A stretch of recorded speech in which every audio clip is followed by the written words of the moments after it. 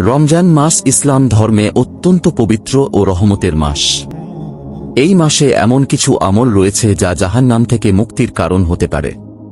নিচে কুরআন ও হাদিসের আলোকে গুরুত্বপূর্ণ কয়েকটি উপায় উল্লেখ করা হল। ১. খাঁটি নিয়তে রোজা রাখা। কোরআন ও হাদিসে বলা হয়েছে, ঈমান ও সওয়াবের আশায় রোজা রাখলে পূর্বের গুনাহ মাফ হয়ে যায়। আল্লাহর সন্তুষ্টির জন্য সঠিকভাবে রোজা আদায় করা জাহান্নাম থেকে মুক্তির বড় উপায়। ২. ৫ ওয়াক্ত নামাজ আদায়। সময়মতো ফরজ নামাজ আদায় করা ঈমানের মূল স্তম্ভ। রমজানে নামাজের গুরুত্ব আরও বেশি, বিশেষ করে তারাবিহ নামাজ আদায় করা উত্তম। ৩. বেশি বেশি তোবা ও ইস্তেগফার। রমজান তোবার মাস। আন্তরিকভাবে গুনাহের জন্য ক্ষমা চাইলে আল্লাহ ক্ষমা করেন। আস্তাগফিরুল্লাহ বেশি বেশি পড়া উচিত। ৪. লাইলাতুল কদর অন্বেষণ। লাইলাতুল কদর হাজার মাসের চেয়েও উত্তম। এ রাতে ইবাদত করলে অসংখ্য গুনাহ মাফ হয় এবং জাহান্নাম থেকে মুক্তির সুযোগ তৈরি হয়। ৫. কুরআন তিলাওয়াত। রমজান মাসেই কোরআন নাজিল হয়েছে, তাই বেশি বেশি তিলাওয়াত ও অর্থ বোঝার চেষ্টা করা অত্যন্ত সওয়াবের কাজ। ৬. দান সদকা করা। গরীব ও দুঃখীদের সাহায্য করা, ইফতার করানো, যাকাত আদায় করা, এসব আমল আল্লাহর রহমত লাভের কারণ।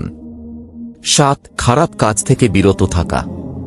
মিথ্যা বলা, গীবত করা, ঝগড়া করা ইত্যাদি থেকে দূরে থাকতে হবে। রোজা শুধু না খাওয়া নয়, চরিত্র সংশোধনও জরুরি। ৮. বেশি বেশি দোয়া করা। রমজানে আল্লাহ অসংখ্য বান্দাকে জাহান্নাম থেকে মুক্তি দেন, তাই নিজের ও পরিবারের জন্য মুক্তির দোয়া করা উচিত। ৯. ইখলাস বা একনিষ্ঠতা অর্জন। সব ইবাদত শুধু আল্লাহর সন্তুষ্টির জন্য করা। লোক দেখানো বা রিয়া থেকে বেঁচে থাকা অত্যন্ত গুরুত্বপূর্ণ। ১০. কিয়ামুল লাইল, তাহাজ্জুদ আদায়। রাতের শেষ ভাগে উঠে নফল নামাজ পড়া ও কান্নাকাটি করে দোয়া করা জাহান্নাম থেকে মুক্তির শক্তিশালী মাধ্যম। রমজানে এই আমলের ফজিলত আরও বেশি। ১১. তারাবির নামাজ আদায়। রাসূলুল্লাহ সাল্লাল্লাহু আলাইহি ওয়াসাল্লাম বলেছেন, যে ব্যক্তি ঈমান ও সওয়াবের আশায় রমজানে তারাবিহ আদায় করবে, তার পূর্বের গুনাহ মাফ হয়ে যাবে। তাই নিয়মিত তারাবিহ পড়া উচিত। ১২. রোজাদারকে ইফতার করানো। একজন রোজাদারকে ইফতার করালে তার সমপরিমাণ সওয়াব পাওয়া যায়। এটি বড় নেক আমল। ১৩. আত্মসংযম চর্চা। রাগ নিয়ন্ত্রণ, কুদৃষ্টি থেকে বিরত থাকা, অশ্লীল কথা না বলা, এসবের মাধ্যমে রোজার প্রকৃত উদ্দেশ্য পূরণ হয়। ১৪. আত্মীয়তার সম্পর্ক বজায় রাখা।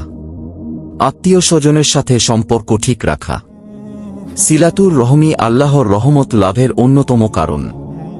১৫. নিয়মিত দুরূদ শরীফ পাঠ। রাসূলুল্লাহ সাল্লাল্লাহু আলাইহি ওয়াসাল্লাম এর প্রতি বেশি বেশি দুরূদ পাঠ করা বরকত ও ক্ষমা লাভের মাধ্যম।